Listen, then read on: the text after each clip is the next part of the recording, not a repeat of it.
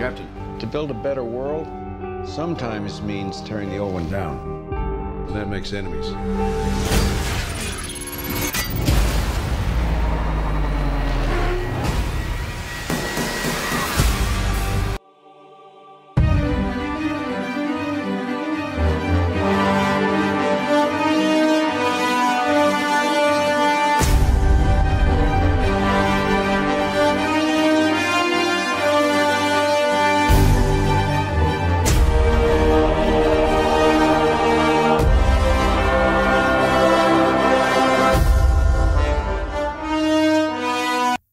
Karibu tena ndani ya ulimwengu wa vibanda umiza, na leo tunarudi nyuma muda hadi mnamo mwaka 2014 na tunakutana sasa na movie moja ya kibabe kabisa katika ulimwengu wa MCU inaitwa Captain America The Winter Soldier. Na naweza kuamini kwamba hii ni moja ya movie bora kabisa katika ulimwengu wa MCU, na binafsi ni movie ambayo zaidi niingiza dipu zaidi katika ulimwengu wa MCU, especially kwa sisi madogo ambao tumekulia katika ulimwengu wa DCU. Na vile vile kama jina linavyosema, Captain America The Winter Soldier ni movie fulani ambayo ilijaribu sasa kuintroduce character maarufu kabisa katika ulimwengu wa MCU inaitwa The Winter Soldier. Na vile vile pia movie yetu ni movie ambayo iliintroduce character nyingine kabisa maarufu katika ulimwengu wa MCU inaitwa Sam Wilson aka Falcon.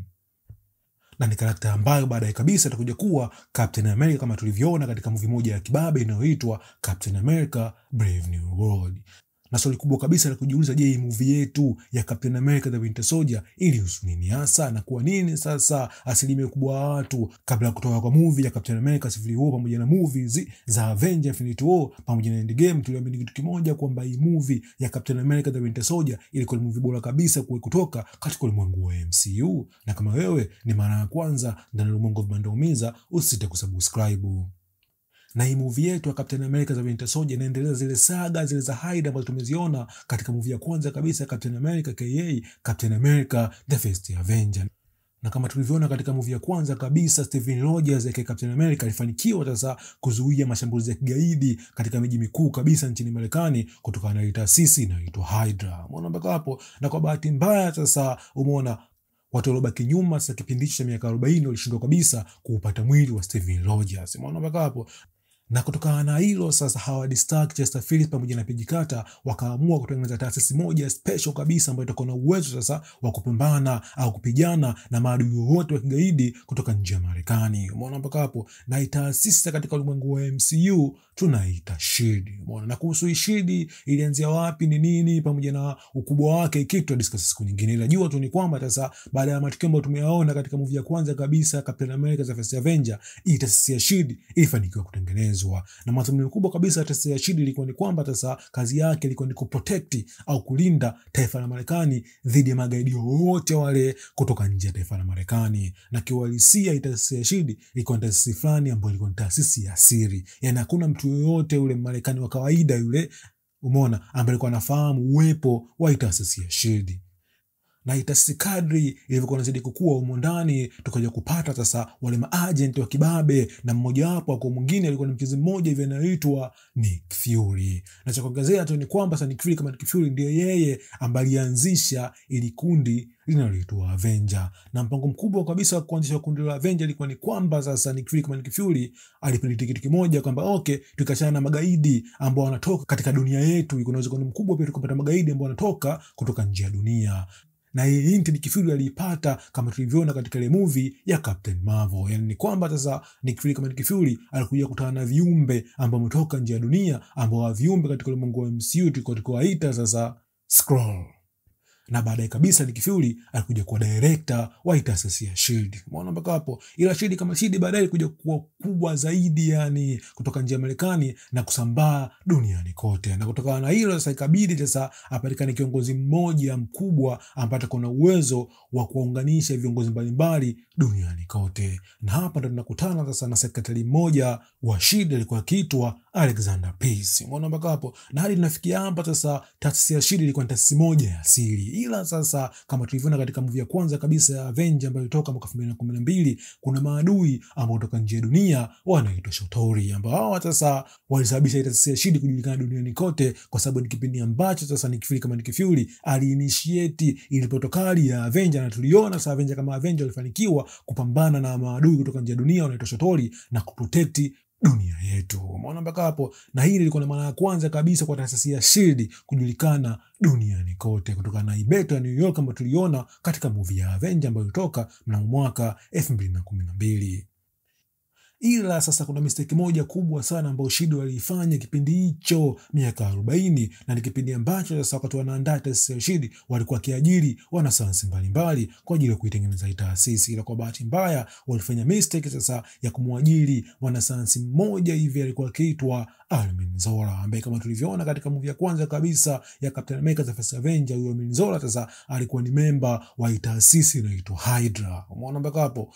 Na baada ya Armin Zola kuingia katika taasisi ya SHIELD humo ndani sasa akaanza kuitengeneza taasisi ya Hydra kwa kurecruit sasa maafisa mbalimbali. Kwa hiyo kuanzia miaka 40 hadi sasa miaka 2010 na kitu, taasisi ya Hydra ilikuwa ikiishi ndani ya taasisi ya SHIELD. Umeona mpaka hapo? Ila kwa bahati nzuri sasa mchizi wetu Nick Fury ambaye kipindi hicho alikuwa director wa taasisi ya SHIELD alikuwa amegundua kwamba ndani ya SHIELD humo kuna panya ambao walikuwa wakiishi, na bila shaka wapanya watakuwa ni panya wa Hydra.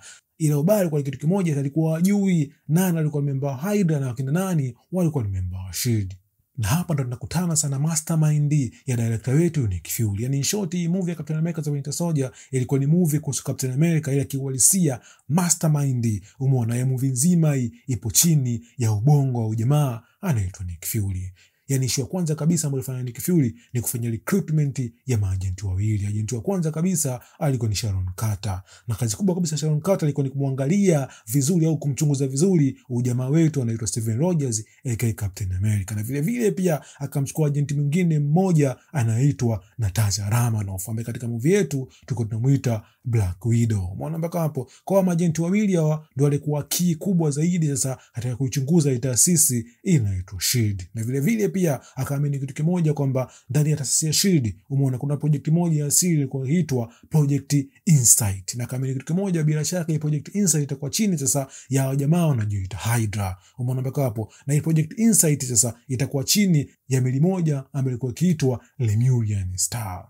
Na kuhusu Project Insight kitu nitazungumzia baadaye. Kwa issue ya kwanza kabisa alofanya Nick Fury ilikuwa ni kuajili maharamia ambao watakuwa na uwezo wa kuvamia na kuiteka email inaitwa Lemurian Star, ambao kiuhalisia sasa dunia kama dunia kipindi hicho tulikuwa tunaifahamu kama email ilikuwa chini ya taasisi ya SHIELD. Ila sasa umeona Nick Fury kama Nick Fury ilikuwa kimiliki moja kwamba wale maagent wa SHIELD ambao wapo katika email bila shaka watakuwa ni maagent wa Hydra. Umeona mpaka hapo? Na issue ya pili alofanya sasa baada ya email kutekwa na watu ambao yeye kama yeye alikuwa kawaajiri, akaamua sasa kuwa notify watu wa SHIELD kwamba meli yetu imetekwa. Kwa kutokana na hilo sasa SHIELD kama SHIELD wakaamua kutuma sasa timu moja inaitwa Strike, yani timu fulani kama ya makomando ambao kazi kubwa sasa ilikuwa ni kuokoa maagenti wa SHIELD ambao walikuwepo sasa katika email inaitwa nini, Lemurian Star. Umeona mpaka hapo? Ila vile vile sasa Nick Fury kama Nick Fury akamtumia huyo agenti wake huyu anaitwa Natasha kuingia katika taasisi ya Strike, umeona, kuingia moja kwa moja katika email ya Lemurian Star sasa na kwenda kuiba data fulani hivi, umeona, na kama kitu kimoja kwamba hizi data hizi, umeona, ambazo Natasha atakuwa akijiba katika email bila shaka zitakuwa zikimilikiwa sasa na taasisi inaitwa Hydra ambayo kipindi hicho ilikuwa ikimiliki email ambayo iko chini sasa ya taasisi ya SHIELD.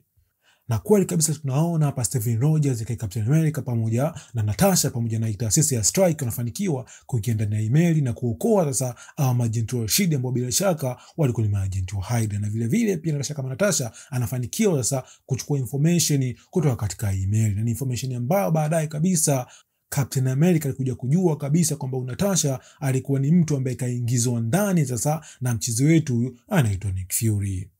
Na baada ya Nick Fury sasa kupata information za ziada kupitia flash drive ambayo ilikuwa imeibwa sasa na agenti wake anaitwa Natasha, akaamua sasa kumconfront, umeona, au kumfuata bosi wake huyu Alexander Pierce kuhusu project inaitwa Insight. Umeona mpaka hapo? Ila alikuwa hajui kwamba Alexander Pierce naye pia alikuwa ni kiongozi wa kundi linaloitwa Hydra. Na kwa bahati mbaya zaidi sasa tunaona Alexander Pierce anaamua kumtuma muuaji kwa nia sasa ya kumuua Nick Fury, na huyu muuaji kwa mwingine alikuwa ni Winter Soldier. Umeona mpaka hapo? Na hii scene sasa ambayo Winter Soldier alikuwa akijaribu sasa kumuua Nick Fury ilikuwa ni bonge moja la scene katika ulimwengu wa MCU. Na taratibu sasa mwana baada ya kuiona hii scene ndio tukasikia kitu kimoja kwamba kuna uwezekano mkubwa hii movie ya Captain America za Winter Soldier ikawa ni moja ya movie bora zaidi katika ulimwengu wa MCU. At least kwa kipindi hicho kabla hatujapata movie ya Civil War, Endgame pamoja na Infinity War. Na kwa bahati nzuri tunaona hapa Nick Fury anafanikiwa kutoroka. Umeona mpaka hapo, ila kwa bahati mbaya alikuwa ameumia vibaya kinoma yani. Na kwa bahati mbaya zaidi sasa alikuwa muamini mtu yote katika ile eneo. Kwa njia pekee sasa ilikuwa ni kumtafuta ujamaa wetu anaitwa Steve Rogers aka Captain America. Na nahisi sasa umeona Nick Fury kama Nick Fury alikuwa kimwamini Captain America kwa sababu Captain America kama Captain America alikuwepo umeona ndani ya IC umeona kuanzia miaka 40 hadi sasa miaka 2010 na kitu. Kwa kuna uwezekano mkubwa kabisa bila shaka yani Captain America akawa sio panya katika taasisi ya Shield. Ila kwa bahati mbaya sasa kwa director wa Shield anaitwa Nick Fury akimpaombea Steven Rogers kwa Captain America kuhusu Project Insight ambayo iko chini ya Hydra ndani ya Shield, kwa bahati mbaya anapigwa risasi na ujamaa wetu anayeitwa The Winter Soldier. Na hii sasa ilikuwa ni moja ya scene tamu sana katika ulimwengu wa MCU. Na baadaye kabisa tunaona sasa director wetu Nick Fury anaamua kufeki kifo chake kwa kumtumia sasa mchizi wake wa karibu sana katika ulimwengu wa MCU anaitwa Maria Hill. Umeona mpaka hapo? Na hadi sasa tunaona sasa Hydra kama Hydra ambao wako chini sasa ndani ya Shield wanajua kitu kimoja kwamba director Nick Fury hata wakafariki dunia. Ila sasa walikuwa na wasiwasi sasa. Umeona sasa mtu wa mwisho kabisa kumuona Nick Fury kwa mwingine alikuwa ni Steven Rogers aka Captain America. Kwa wakawa na wasiwasi, je, ni kitu gani hasa ambacho Captain America alikuwa akifahamu? Umeona mpaka hapo? Na tunaona hapa sasa yani kabla Captain America kuna moja kwa moja katika makao makuu sasa ya Shield anaamua kuificha hii flash drive katika moja sasa ya mafriji yaliyokuwa hospitali. Na katika maongezi sasa kati ya Alexander Pierce pamoja na Captain America, Steve Rogers aka Captain America anakatakata kutoa information zote ambazo alikuwa amezungumza na director Nick Fury. Umeona mpaka hapo? Kwa sababu kama nakumbuka sasa Nick Fury alimchana live yani Captain America kwamba hii kitu sasa asimwambie mtu yoyote. Yani in short asimwamini mtu yoyote ndani ya Shield. Umeona mpaka hapo? Na kwa bahati mbaya zaidi tunaona sasa kikundi cha Strike ambacho kipo ndani ya Shield kilijaribu sasa kumkamata Captain America. Ile kama tunavyofahamu Captain America alikuwa ni super soldier, anafanikiwa kuwapiga na kufanikiwa kutoroka. Ila mpango wake mkubwa kabisa alikuwa ni kukimbilia pale nje hospitali na kwenda kuchukua ile flash drive. Ila kwa bahati mbaya au bahati nzuri ni kipindi ambacho sasa Black Widow wetu Kay Natasha alikuwa kafanikiwa sasa kuchukua ile flash drive, na kwa pamoja sasa Captain America, Steve Rogers pamoja sasa na Natasha wanaunganisha nguvu sasa kujua information za ziada kuhusu nini maana ya flash drive na kwa nini sasa umeona watu wa Shield walikuwa na mpango wa kumuua Nick Fury, au kwa nini walimuua Nick Fury, na vile vile kwa nini walikuwa na mpango sasa wa kumkamata Steve Rogers aka Captain America. Umeona mpaka hapo? Na katika mishemishe zao sasa kuchungulia hizo data ambazo zilikuwa ndani ya flash wanapata location moja hivi ambayo iko pande fulani ndani ya Uingereza na ni ofisi fulani hivi ambayo ilikuwa chini ya Shield. Umeona mpaka hapo? Na kuingia kule sasa ndo nakujua siri nzima ni umeona kuhusu Hydra kuwepo ndani ya Shield. Na hapa ndo tunakutana na ubongo sasa wa Dr. Almin Zola ambaye walisia alikuwa katika mfumo wa kidigitali ambako sisi maengineer mfumo tunaoita AI aka Artificial Intelligence. Umeona mpaka hapo? Na tunaona hapa sasa ubongo umeona au AI ya Dr. Almin Zola unaanza kutoa sumu sasa, yani jinsi gani Dr. Almin Zola alivyoingia ndani ya Shield na vile vile jinsi gani sasa alipoanza kutengeneza sasa watu wa Hydra ndani ya Shield na vile vile pia jinsi gani alipotengeneza a program au project ya Winter Soldier. Kwa in short sasa ile project ya Winter Soldier ilikuwa chini ya mchizi wetu au jamaa wetu Dr. Almin Zola. Umeona mpaka hapo? Kwa mpaka hapa sasa tunaona umeona Captain America, Steve Rogers pamoja na Natasha na unajua sasa kwamba okay watu wote ambao walikuwa na mpango wa kumwinda sasa umeona Captain America pamoja na Natasha na vile vile watu ambao walimuua sasa Nick Fury umeona hawakuwa watu wengine, walikuwa ni watu wa Hydra ambao wako ndani ya Shield. Sasa umeona mpaka hapo? Ila kwa bahati mbaya sasa mfumo wa usalama ndani ya ndaki la Shield umeona linaamua kutupa mabomu za katika ile eneo, na kwa bahati nzuri sasa Captain America pamoja na Natasha wanafanikiwa kutoroka.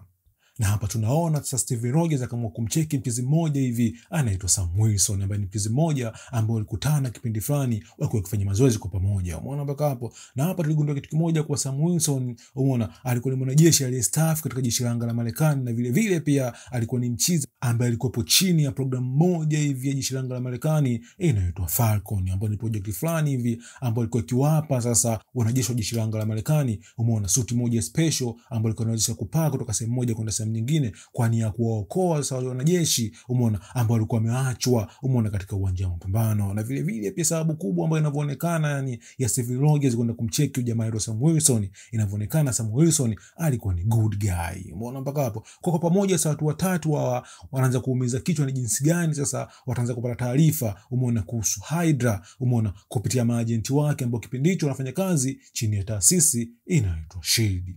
Na jamaa wetu akaamua kwenda kumteka mchezi mmoja hivi anaitwa Jasper. Umeona mpaka hapo. Na Jasper, kama Jasper tulimuona katika zile scene za mwanzo kabisa, na pia alikuwepo katika ile meli inayoitwa Lemurian Star. Na kama nilivyosema mwanzo kabisa, ile meli ilikuwa ni meli ya SHIELD ile kiuhalisia. Sasa wale agent ambao walikuwepo katika ile meli walikuwa ni agent kutoka taasisi ya Hydra. Umeona mpaka hapo. Kwa aliamua kumkamata sasa mchizi ili kupata taarifa za kuhusu project inaitwa Project Insight. Na tunaona hapa sasa baada ya kutishiwa hapa na pale sana mchizi wetu anaitwa Falcon, umeona, Jasper kama Jasper anaamua kupoga mchele wote, umeona, kuhusu project nzima ya Project Insight. Umeona mpaka hapo. Na jamaa aliamua kusema kitu kimoja kwamba jamaa wetu anaitwa Dr. Zola alitengeneza system moja special kabisa ambayo ilikuwa na uwezo sasa wa kuchukua data zote duniani, umeona, na kufanya mchanganuo na kujua sasa ni mtu gani ambaye miaka ya mbele atakuja kuwa adui wa taasisi ya Hydra. Umeona mpaka hapo. Kwa in short ilikuwa ni kama programu fulani hivi ya kumuua mtu kama Hydra, umeona, kabla Hydra hajakuwa Hydra. Kwa in short ilikuwa na uwezo sasa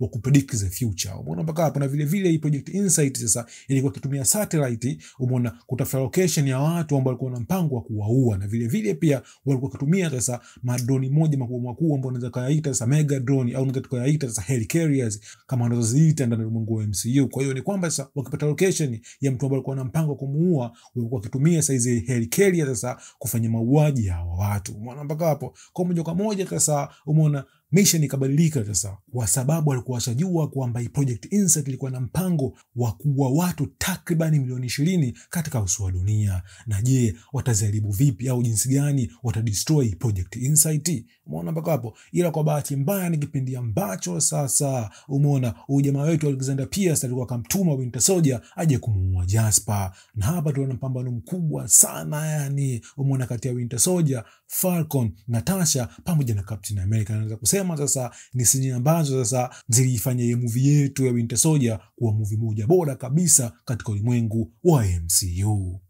Na katika mipambano sasa, Steven Rogers aka Captain America ndo anagundua kitu kimoja kwamba huyu mtu ambaye anapambana naye, umeona, aka Winter Soldier, kwa mwingine alikuwa ni yule mchizi wake wa zamani sana kipindi hicho miaka ya 40, alikuwa akiitwa Bucky Barnes. Umeona mpaka hapo. Na hicho kitu kilimshtua kinoma yani. Umeona mpaka hapo.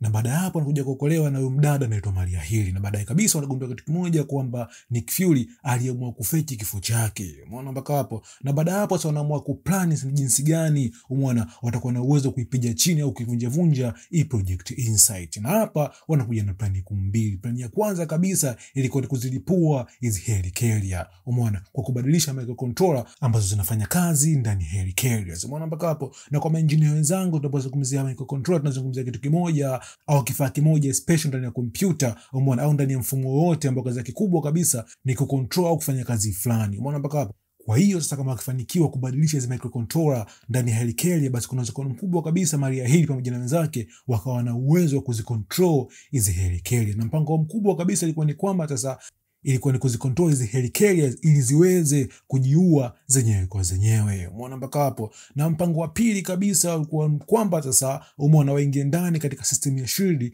waibe data zote na wachukue hizo data, umeona, wazirushe katika mitandao kwa nia kubwa kabisa ya kuexpose Hydra ambao kipindi hicho kifanya kazi ndani ya SHIELD. Umeona mpaka hapo. Na kweli sasa wanafanikiwa kuingia katika makao makuu ya SHIELD. Umeona mpaka hapo. Na vile vile pia tunaona hapa baada ya Nick Fury kufanikiwa kumuua Alexander Pierce, na tunaona vile vile pia Natasha anafanikiwa kuchukua hizo data na kuzisambaza umeona katika dunia nzima. Na kwa upande mwingine pia tunaona hapa sasa umeona Captain America kwa Steven Rogers anafanikiwa sasa kuchukua zile control na kuzikiza moja kwa moja katika hizi helicarriers. Na kiwalisia sasa haikuwa task rahisi. Yani short sasa kama tulivyoona hapa Winter Soldier alikuwepo umeona katika kizingiti hichi cha kumzuia Captain America asiweze kufanikiwa kuichomeka email controller katika hii helicarrier. Umeona mpaka hapo. Na katika mpambano sasa umeona katika Steven Rogers umeona Captain America pamoja sasa na Bucky Barnes aka Winter Soldier, taratibu sasa tukaanza kuona marafiki wawili umeona ambao walikuwa kijuana kwa muda mrefu. Yani in short sasa Winter Soldier alikuwa akumbuki yani umeona Steven Rogers ni nani, ila alikuwa na staajabu kwa nini sasa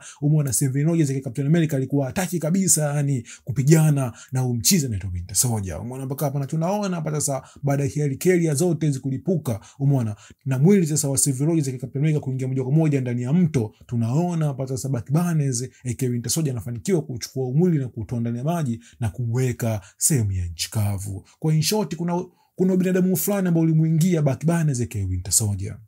Na baada Hydra kuanguka sasa ndani ya Shield, mataifa mengi duniani yalikuwa hayaamini kabisa itasisi ya Shield. Umeona mpaka hapa na kutokana na hilo sasa maagent wao wengi sana walianza kutafutwa na mataifa mbalimbali duniani kote, especially sasa taifa la Marekani, na wengi wao sana waliamua kukimbia sehemu mbalimbali. Umeona mpaka hapo. Na kwa upande mwingine naweza kusema sasa huu ndio ulikuwa kama mwanzo fulani hivi mwana wa Shield kupotea. Ile kiwalisia sasa ilikuwa ikiendelea kufanya kazi chini kwa chini, umeona kupitia kiongozi mmoja hivi anaitwa Phil Coulson, kama ushawahi kucheki TV show moja ya kibabe inaitwa Agent of Shield. Umeona mpaka hapa na utakujua Shield vizuri lazima ucheki TV show. Na vile vile pia tunaona sasa ule uhusiano ule wa Sam Wilson na Falcon pamoja na Steven Rogers na Captain America unazidi kuimarika. Umeona mpaka hapa na rafiki fulani hivi ambao utaendelea sana ni sana hadi hapo sasa katika movie ya Avenger The Endgame. Umeona mpaka hapo. Na movie yetu vile vile pia ilikuwa na post credit scene kama mbili hivi. Ya kwanza kabisa sasa ilikuwa na wahusu mapacha wawili ambao mapacha sasa hii scene ilikuwa ni hinti umeona ya movie ya Avenger inayofuata inaitwa Avenger The Age of Ultron. Umeona mpaka hapo. Na vile vile pia tunaona kuna scene nyingine pia ambayo ilikuwepo, tulimuona Bucky Barnes hapa kama kwenda makumbusho kujionea sasa yeye alikuwa ni nani na kwa nini sasa huyu jamaa huyu Steven Rogers ya Captain America alifanikiwa kumtambua.